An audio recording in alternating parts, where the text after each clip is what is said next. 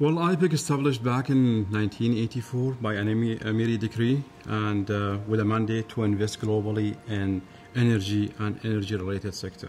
The shareholder is the government of Abu Dhabi. IPIC is a long-term investor. If you are exposed to one sector, then you are at big risk, basically. So that's why we have a strategy in IPIC here to have a balanced portfolio. If you manage to convert 3.5 billion US dollars into 65 billion US dollars within 30 years, I think that shows the growth in the company.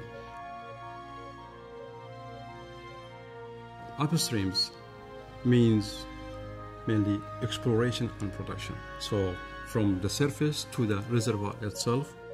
Midstreams actually is from the wellhead to the refinery, and downstream, which is actually the process to have products. Either you have products to be used in household or in the cars or airplanes or in the petrochemical industries. Also the outlets or the retail networks of these products. Either it's gas stations or the wholesalers or gas service providers.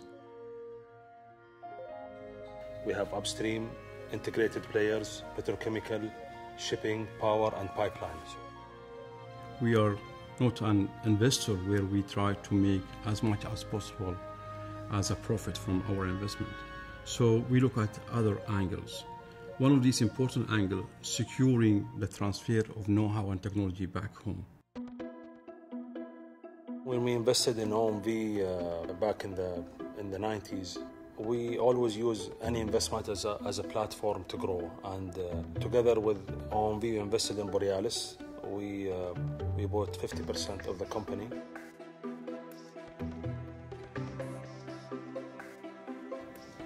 IPIC was behind bringing in Borealis to the country here, and Borealis established a joint venture here with Abu Dhabi National Oil Company, ADNOC. The outcome joint venture is Borouge. Borouge, I think, is very successful by this year. They will reach above 4.5 million tons of production. They've just built now the Borouge cracker is the biggest in the world in terms of capacity. When the government of Pakistan wanted to build a new refinery in Pakistan, we utilized the OMV experience in the downstream and refining experience. And together with OMV, we invested with the government of Pakistan in building the biggest refinery in Pakistan. We always try to bring in our own expertise from portfolio companies to help us in executing projects mandated by Abu Dhabi government. One of these good examples is Abu Dhabi crude oil pipeline ADCO. It's around 360 kilometers long pipeline, which will transport around 70% of Abu Dhabi's onshore production through this pipeline. And this pipeline with a capacity of 1.5 million barrels per day could be increased to 1.8. In addition to that, we're working on another project, which is Fujairah Refinery. We having CEPSA expertise in the refinery is working with IPIC team in building this refinery. Why CEPSA? Because CEPSA owns 4 different refineries with a capacity of 600,000 barrels per day. So they are the most important refinery in Europe, and they have different type of refineries in terms of configuration, in terms of sizes. So we felt that they are the best candidate to help IPIC.